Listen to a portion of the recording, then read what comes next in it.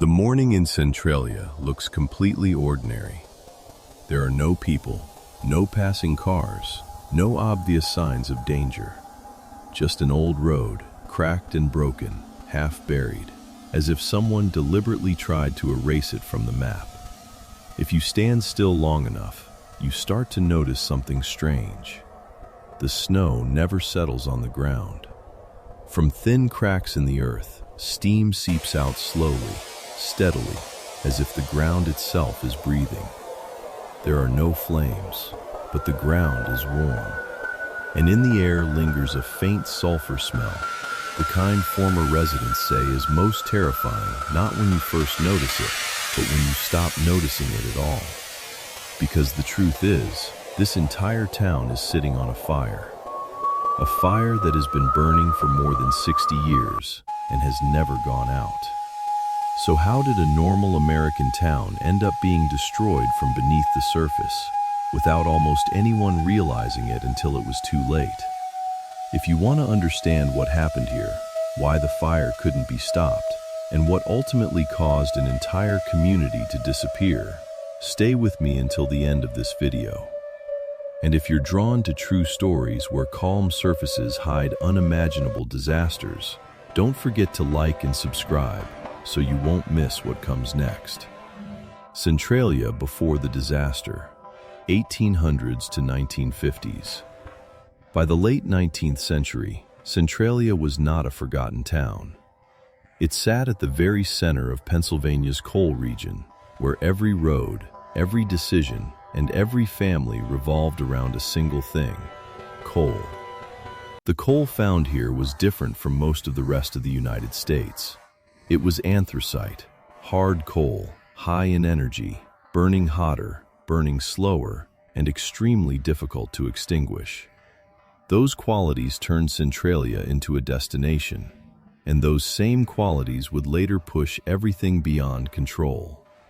The town was first known as Bull's Head, then Centerville, before being officially incorporated as Centralia in 1866. 4 years earlier, in 1862, the Centralia Colliery had opened. From that moment on, the town grew according to a clear and predictable order. Miners' houses were built close together. Churches, taverns, and general stores appeared exactly where people needed them. Life was not easy. Mine accidents were common, but the work was steady, and at that time, steady work was enough to build an entire life. Many families worked in the mines for 2, sometimes 3 generations.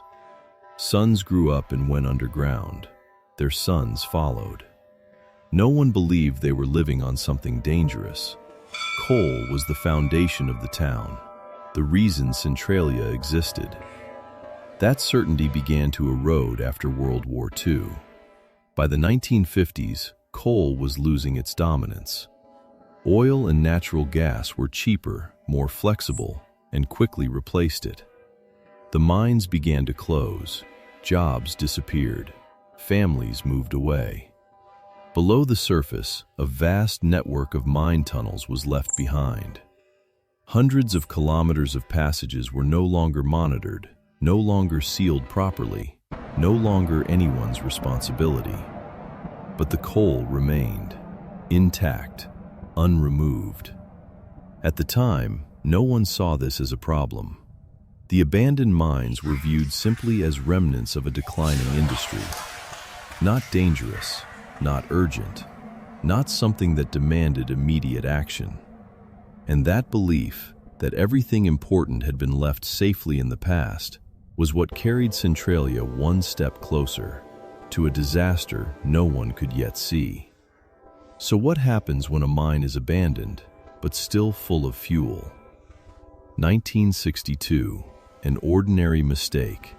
The fire slips underground. By 1962, Centralia was no longer at its peak. Many families had already left, but people still lived there. Schools were still open. Church services were still held. Life continued on the momentum of a place that had never imagined it was in danger. That May, Centralia was preparing for Memorial Day. Like many small towns, it faced a familiar problem: waste. Local officials had recently tightened regulations against illegal dumping throughout the town. To deal with it, they chose a solution that seemed reasonable at the time: using an abandoned open-pit mine on the edge of town as a centralized landfill. It was a large pit, long unused, no longer valuable for mining, no longer serving any purpose. In the minds of those making the decision, it was simply an empty space. As the landfill began to fill, the town council needed a quick and inexpensive solution. They chose a method commonly used in rural towns at the time: burning the trash. On May 27, 1962, firefighters were called in. They ignited the pile. The fire burned on the surface.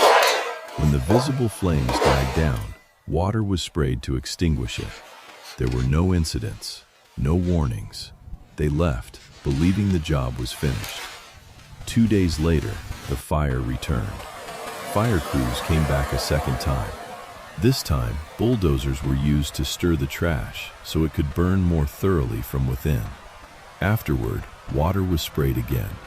The surface fire disappeared. But then something else appeared.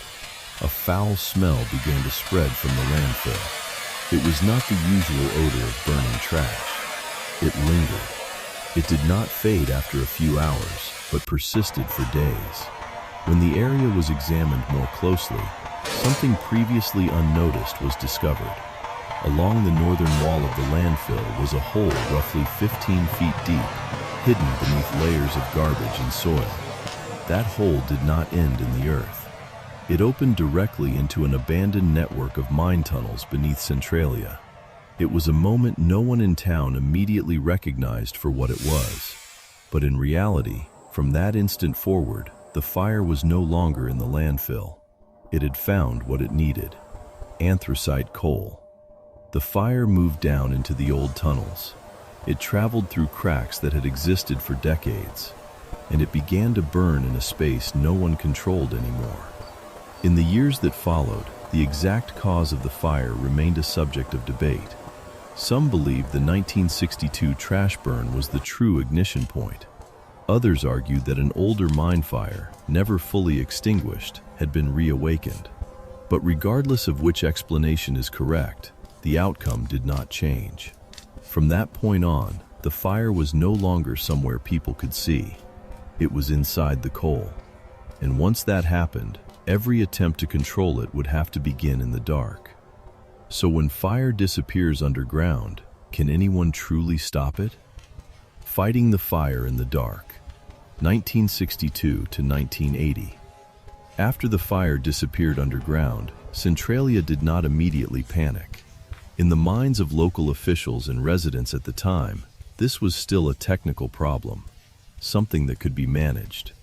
The earliest efforts focused on what could be seen. Earth was dug up.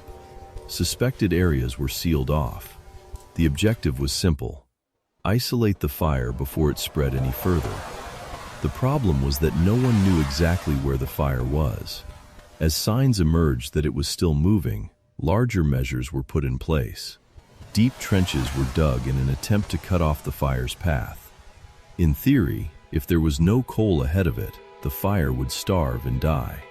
In practice, the opposite happened. The fire spread faster than the trenches could be completed. By the time a barrier was finished, the fire had already slipped past it underground. Next came a method known as flushing. Engineers drilled boreholes deep into the earth. Water, sand, slurry, and gravel were pumped down in an attempt to seal voids and cut off oxygen. But anthracite coal burned at higher temperatures than expected. Much of the injected material was dried out or incinerated before it ever reached the core of the fire.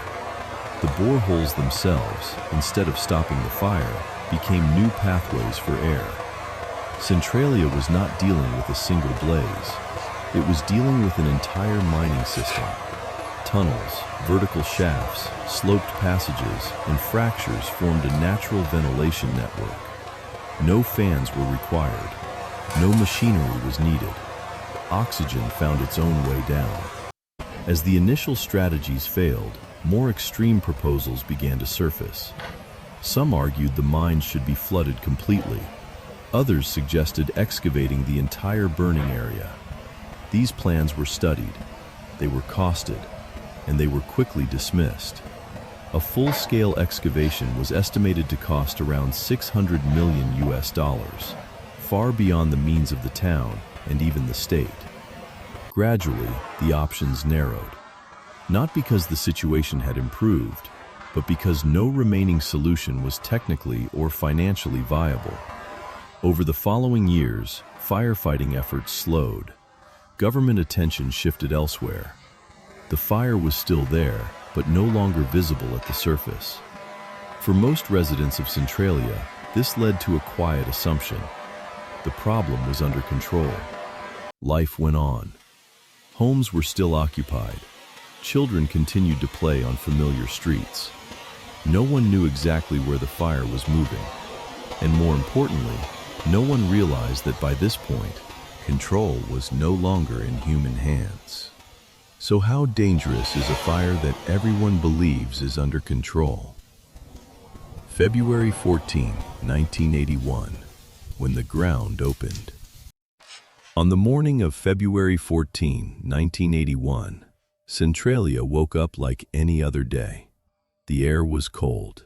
A thin layer of snow covered the ground. Nothing suggested that this would be a day unlike the rest.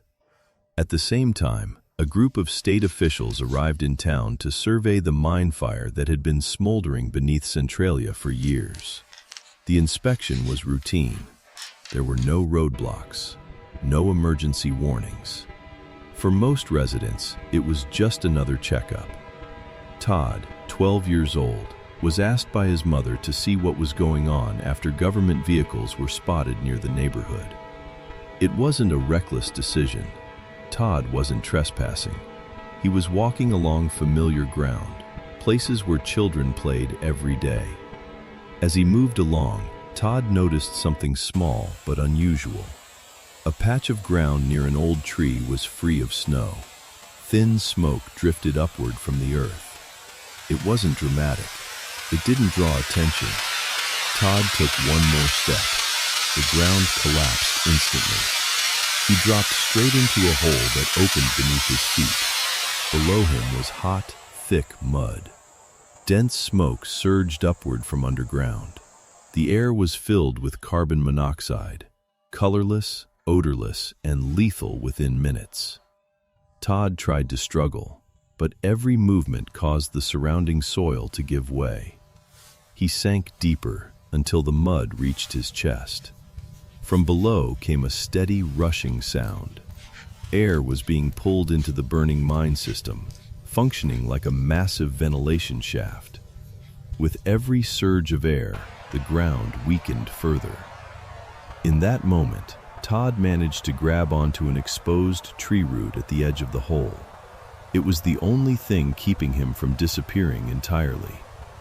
Eric, Todd's cousin, heard the screams and ran toward the sound.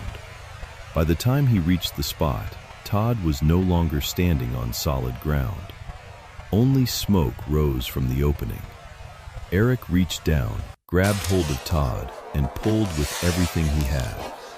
Moments later, the boy was dragged free, covered in hot mud, shaken but alive. Later analysis showed that if Todd had remained in the hole for just a few more minutes, the concentration of carbon monoxide would have been fatal. The collapse occurred at the site of an old mine shaft, poorly filled decades earlier. The fire below had heated and hollowed the earth above it, until a single step was enough to cause it to give way. This was the first moment Centralia could no longer treat the fire as something happening somewhere underground. The danger had reached the surface, and it had chosen a child. If the ground can open anywhere, who is actually safe? Division, relocation, the sentencing of a town, 1981 to 1992. After the incident on February 14, 1981, Centralia could no longer return to what it once was. The fire was no longer a technical problem buried deep underground. It had entered everyday life and had nearly taken the life of a child. Media attention followed quickly. State and federal agencies became directly involved. Centralia turned into a political flashpoint where every decision was made under public scrutiny. Widespread testing for toxic gases began. The results were inconsistent. Some homes showed dangerous levels of carbon monoxide and other gases. Yet just a few streets away, measurements fell within acceptable limits. This inconsistency created a dangerous gap, not clear enough to justify an immediate, full evacuation, but not safe enough to declare the town livable. During this period, many residents began reporting unexplained symptoms, persistent headaches, strange odors inside their homes, basements that felt unnaturally warm, even in winter. Not everyone experienced these problems, and that difference fractured the community. One group believed the danger was real and growing. They wanted to leave and demanded relocation assistance and decisive government action. The other group believed the threat was exaggerated. They pointed to normal test results, years of living without incident, and the belief that if real danger existed, it would have been addressed long ago. Disagreements soon escalated beyond debate. Rumors spread. Trust between neighbors collapsed. There were acts of vandalism. Long-standing relationships ended. A town once held together by mining work and shared routines began tearing itself apart from within. In 1984, under mounting pressure, the U.S. Congress approved a $42 million aid package to relocate Centralia's residents. It was not a forced evacuation. It was a choice. For many families, that choice meant leaving homes they had lived in their entire lives. But for most, it was the only option left. Relocation unfolded over the following years. Homes were sealed and then demolished. The school closed. The post office shut down. Roads led to empty foundations. By the early 1990s, Centralia was no longer a functioning town. In 1992, the Commonwealth of Pennsylvania invoked eminent domain, seizing the remaining properties. Residents who refused to leave were granted life estates, the right to live there until death, but without the ability to transfer ownership or pass property on to the next generation. Legally, Centralia was not erased overnight, but from that moment on, the town had no future. The fire continued to burn underground.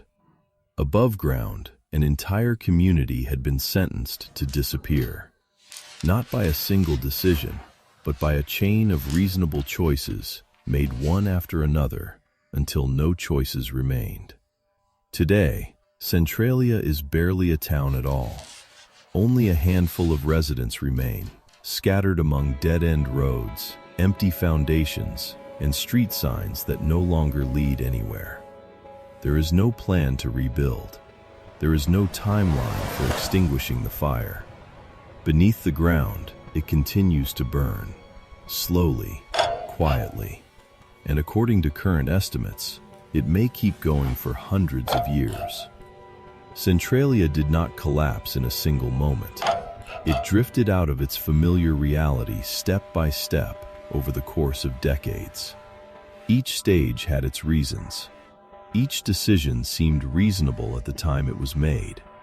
And in hindsight, there is no single point that can easily be called the end. What remains is not only a fire, but a legal void. A community that no longer has the right to continue itself through future generations. Those allowed to stay may live out their lives here, but they cannot pass the town on to anyone else. Centralia, then, has not vanished completely. It exists as a trace, in official records, on maps, in the memories of those who once called it home, and in the fire that is still burning beneath it. Centralia wasn't destroyed by one moment, but by decades of believing tomorrow would fix what today ignored. And the final question is not just about Centralia. When a danger unfolds slowly enough, quietly enough, and long enough, at what point do people finally realize they no longer control it? If you appreciate carefully told true stories like this one, please like the video, subscribe to the channel, and leave a comment with your thoughts. Thank you for watching, and I'll see you in the next video.